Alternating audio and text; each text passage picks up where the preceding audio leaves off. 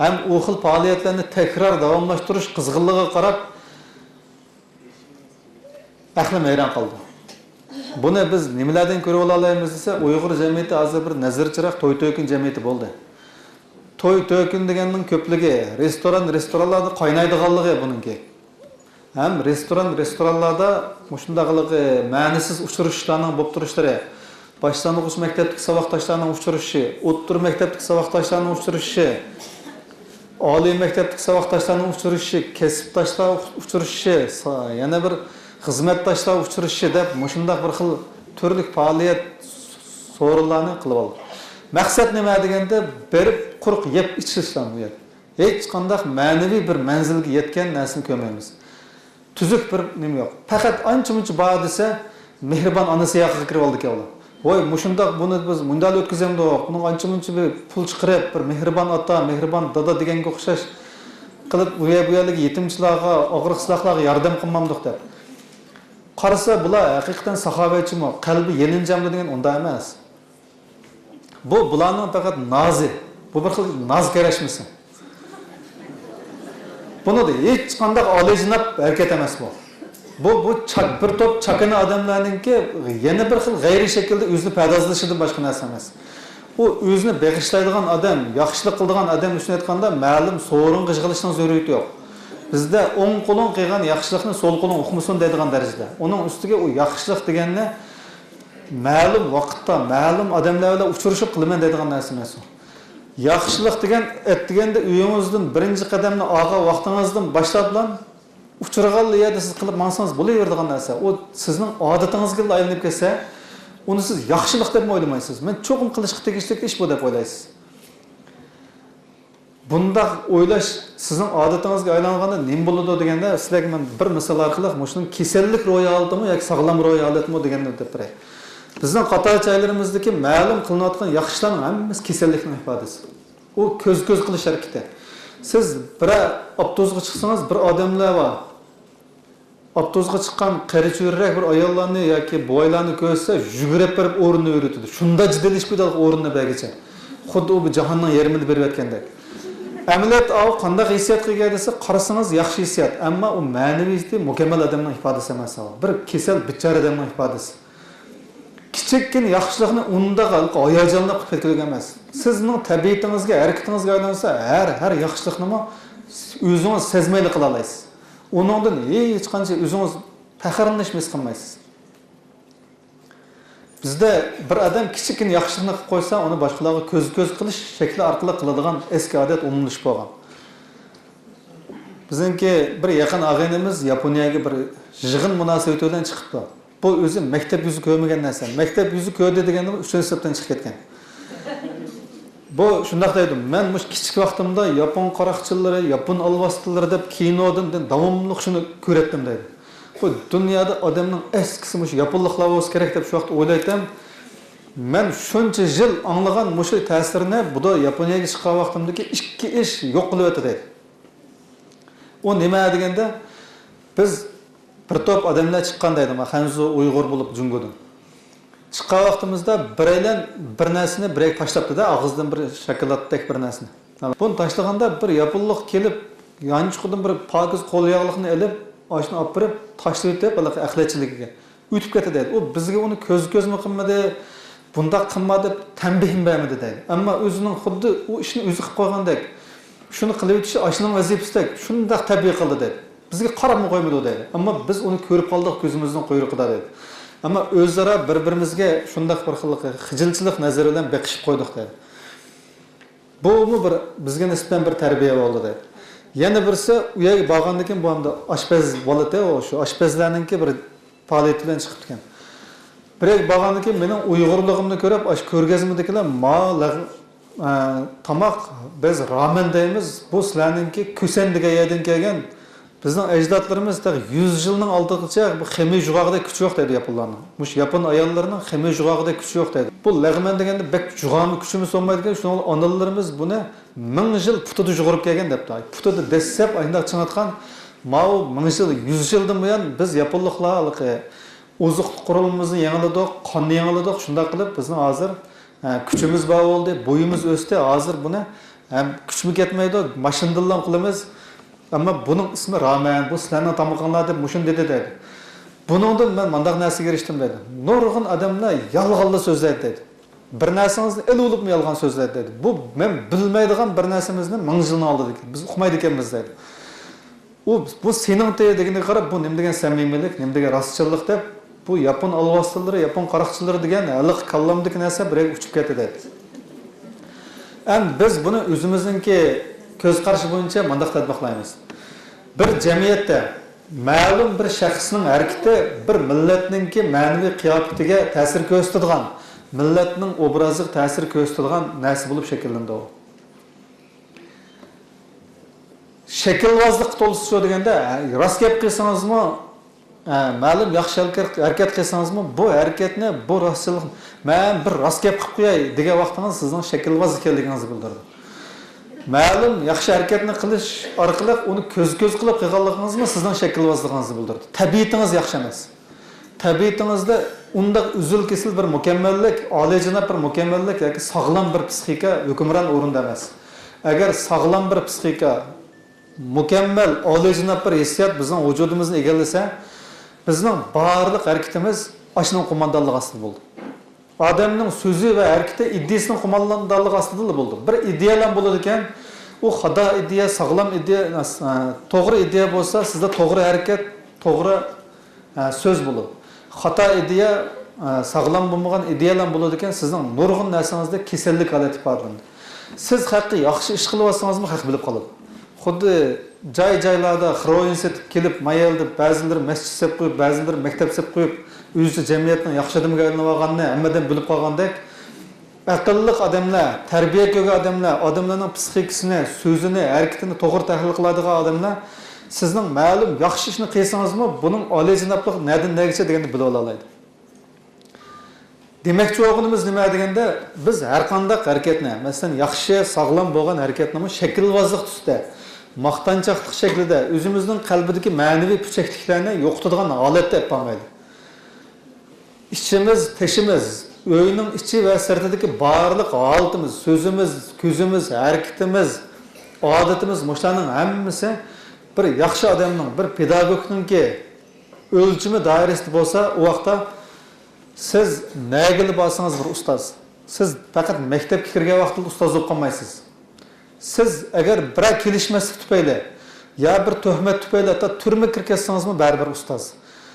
Shu bir ustozlik salohiyatingiz bilan jamiyatda yaxshi rol olgan bo'lsangiz, uqishmaslik tufayli, ma'lum tuhmat yoki adolatsizlik tufayli siz bir jazoga uchrab, turmaga kirib qolsangizmi, turmada nima ish qilasiz deganda, turmadoshlaringizga bir pedagogninki vujudidagi xislatni ashloq singdirsiz. Ashilami, ya'ni sizni ashada pek tarbiya ko'rgan odam ekan deb sizdan o'rganishga tegishli o'zining so'z harakatida isloh qilishga tegishli nurg'un narsalarni sizga qarab isloh qila oladi. Şuna bir pedagog bo'lsa, o yer yüzünün har qanday yerida, mayli yatlarning oldida, mayli o'zimizning oldida, mayli xotin bolalaringizning yoki urug' tuqqanlaringizning oldida bo'lsin, har qanday yerda bir pedagogning rolini olsangiz, siz jamiyatning boyligi, millatning boyligi ham bir sharafli inson. Siz hech kimga o'zingizning millati, yurti va jaddi jamiyati to'g'riliq, o'zingizning shug'ullanayotgan kasbiga yuzlanmaydigan soha to'g'riliq bir foydasiz uchur yoki nomusliq bir harakatni shakllantirib qo'ymaysiz.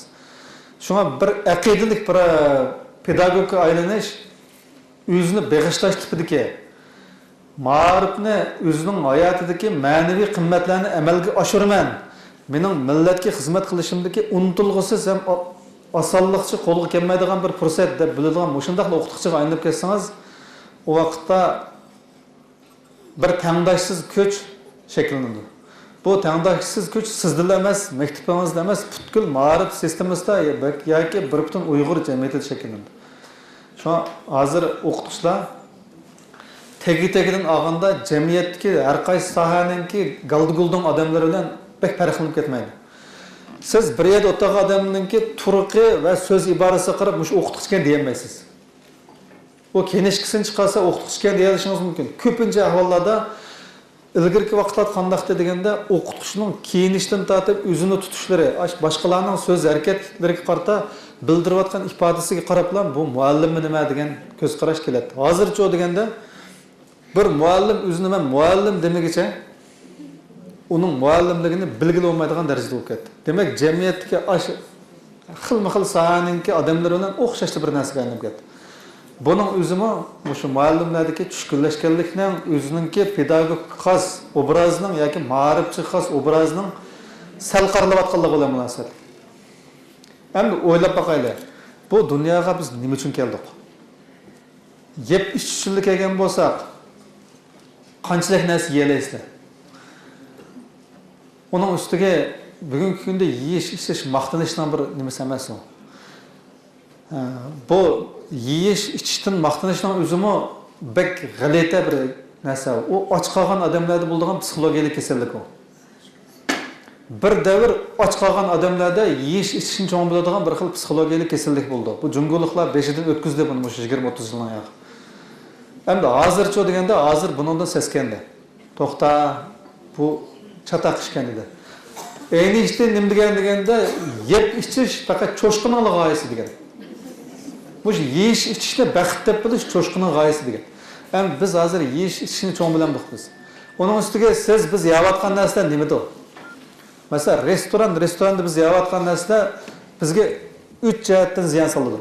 Birinchi salomatlik jihatdan ziyon soladi. O qochquslarning juyilishi, ximiyalik dezinfeksiya suyuqliklarininki bir taraf qilinishi yetarli emas, o'lchamiga yetmaydi. U yerga kelayotgan materialning manbasimi jahondagi eng arzon narsa keldi. Uni o'sha restoranning xo'jayinlari keldi. Bozordagi eng arzon narsalarni ekilib, anandan uni chiroyli qilib chiqarib qo'ydi. Demak, bu arzon narsa shu yemeklik axlatidan boshqa narsa emas. Axlat yemeklik ximiyalik zahar suyuqliklar. Bular bizning millatimizning badan suhbatini nacharlashtiradi. Shuni to'p qo'shadi. Siz mayli qaysi doktorxonaga bormang, Uyg'urlarning eng ko'p sonda keladiganligini bilasiz. Yeshayanga borsangizmi shu, ikkinchi doktorxonaga borsangizmi shu. Demak, salomatligimizning dushmani bo'lyapti. Ikkinchidan vaqtimizning dushmani bo'lyapti. Hayotda eng qimmatli narsa bir odam uchun vaqt. Vaqting ketdi, baxting ketdi deydi. Bizning hozir har haftasi o'tkazilayotgan to'y-to'ykunlarning jiqligida har bir o'qituvchining vaqtini shanba-yakshanbadagi go'zal vaqtini to'y-to'ykunlar olib 4 soatdan 5 soatdan og'in tursa, bu nima degan cho'ng ziyon bu. Men Qutatqi bilik degan kitobninki necha soatda o'qisa tugaydiganligini uqmaydi ekanman. Erpan shirkati uni day qilib chiqaribdi, 17,5 soatda tugadi deganda deb qoldim. Nimishqa deganda o'zim shuncha kitob o'qisammi, ashundaroq bir tomliqdagi kitobning necha soat tugaydiganligini bilmaydi ekanman. 17 soat degan qanchalik vaqt u? Sizning 2 haftalik to'yib ketgan vaqtingiz. Demak, siz 2 haftada 4 oqshomdilligini kuchsangiz, 4 soat o'tsangiz Qutatqi biligidek bir kitobni o'qib bo'ldi ekansiz. Demak, bu bizning vaqtimizga, hayotimizga ziyon solayotgan yana bir tarbiya restorandan. Yana birisi axloqimizga ziyon solayapti. Restoran tufayli buzilib ketayotgan uylar. Besxo'rlikqa, kiyinish va torinish jihatidagi besxo'rlik kasalligiga giribtor bo'layotgan ayollar, u yerda yangi turkum do'stlarni tepayotgan icharman erlar. Bu icharman erlar qanday qildi desa, o'ziga o'xshash aroq kechdan birini tepib oladi. Ma ag'inimizni ko'tardik ekan deb, kelar qatim qarasangiz, bu tanishmaydiganlar ag'iniga aylanib, aroqning atrofida yurgan. Demak, tushkunlashgan odamlarningki ulpat tepishiga bir fursat bo'ladi. Demak, to'y-to'ykunlar bizning u tushkunlashgan bir eringiz tushkunlashsa yoki ayolingiz tushkunlashsa, birisi kiyim-kechak saram olib ketsa, birisi yemak-ichmak, aroq sharobdan saram olib ketsa, balig'i unutilsin, xotinlik, mehr muhabbatmi bir yerga boradi. Demak, hozir majam o'ynaydigan erlar, aroq ichadigan erlar, mushundaq erlarning ko'pligidan mahallalarda, maktablarda tul ayollar qo'shini paydo bo'lib ketdi. Bularning hammasi bir millatningki tushkunlashganligining ifodasi bo'lmay nima bu? Bu bekadillar biroz apsini o'qib keltirib qo'ygan narsa emas. Bizning restoran madaniyatimizningki to'pisi bor shunday. Hammani bu restoranga orqali bo'lmasimi, restoran madaniyati bizga ham salomatlik jihatdan, ham vaqt jihatdan, ham axloq jihatdan. Axloqli bir axloqli bir ayolning uyi odatda buzilmaydi. U axloq jihat chiriklashgandekinligini, sog'lom bo'lmagan havaslarning keyini kirgandekinlar, bu oila barbara suvuydi. Anandan keyin balalar unutilishga boshlaydi. Bu oiladagi er-ayolning munosabati yirtqichlarning munosabati bir-biriga xiris qiladigan. Buni shunday munosabat shakllanadi.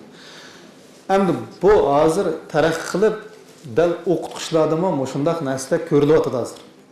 O'qituvchilar qo'shini ichidami shunday qiliqi oilasini oila sifatida tutib turishga kuchi yetmayotgan erlar va ayollar xili bor. Buningda nimalar sabab bo'layotganligini albatta o'zingizlar bilasizlar. Har bir odamningki ahvol o'xshamaydi. Anna Karenina deydigan bir kitap bor, hozir bozorga chiqdi. 11 dunyoviy klassik asar. Anna Karenina romanining birinchi betining birinchi qurida bir gap bor.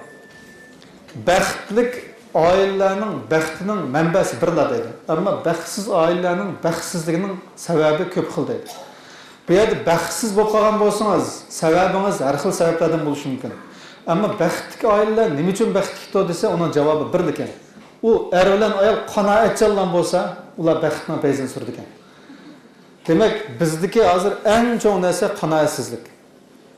Biz bozorga chiqsak, restoranga borsak, siz 15 ming ko'y bir norka olgan bo'lsangiz, yana birisining ustidagi 25 ming ko'ylik norkani kiysangiz, kayfiyatingiz uchadi. O'zingizni baxtsiz his qilasiz. U sog'lom bo'lmagan psixikaga ega odam boshqalar bilan beslashib yashaydi. Aslida beslashishning eng to'g'ri shakli nima deganda, raqobat degan juda qimmatli narsa. U faqat yaxshi ish qilish, o'zini mukammallashtirish, takomillashtirish jihatdagi beslash bo'ladi. Hozircha yeb ichish, o'zini bozorga solish, o'sha kiyinish, tarinish jihatdagi turalg'u va qatnash qurollari jihatdagi bilan beslash bo'lib qoladi. Bilim o'rganish, kasbda muvaffaqiyat qozonish, baxtli oila qurish, yaxshi avlod tarbiyalash qatorliq jihatlarda beslashadigan odamlar nihoyat oz, ammo sog'lom bo'lmagan sohalarda beslashadiganlar nihoyat ko'p. Demak, mushu xil sog'lom bo'lmagan xohish yoki qiziqish o'qituvchilar qo'shiniga yamrab kirgachga o'qituvchilardami majruh oilalar ko'payib ketdi. Demak, bu majruh oilalar qanday oilalar deganda ajrashib ketish xavfiga duch kelgan, ajrashib mush oilada baxtni suslashtiradigan yoki bu yerdagi muhabbatni yo'qotadigan bir qurib tushgan oilalar. Bugungi leksiyani hamda mushu ikki so'zga yig'inchoqlashib bo'ldi. Biri o'qitish faoliyatini odamni asos qilgan, barliq o'quvchilarni odam deb qaraydigan, men bu odamga ko'ngil bo'lyapman, odam tarbiyalayapman deydigan ideyani yetakchi qilgan asos deb berish. Hargizmi sho'jonga, sho'jiga yaxshi ko'rinaman, gul taqayman, oni qilaman, mani qilaman deydigan manda binormal havas sifatida emas, oldimdagisi odam, men bu odamlarga yolg'on gap qilsam, bo'la keta muomala qilsam, aldab dars o'tsam bo'lmaydi deydigan mushundaq bir xil pak aqida bilan muomala qila olsanglar, ham jamiyatga nisbatan, mayli maktab, mayli jamiyat, mayli oilaga nisbatan bahramand bo'lishni maqsad qilmay, beg'ishlashni maqsad qilsanglar, kelgusida bizning ma'rifchilarning qo'shini cho'qim bir sifatli, safoli qo'shinga aylandi. Bu bizning mushu jihatliklarni aqidamiz to'g'rilanib ketsa, bizning yetakchi programmalarimiz to'g'rilanib ketgan bo'ladi. O vaqtda bizning uchraydigan kashalimiz ham oqibat pushaymon qiladigan ishlarimiz nihoyat oz ko'riladi. Shunga bugun sizlarningki leksiyani anglab berganlarga rahmat, hammalarga tashakkur etaman.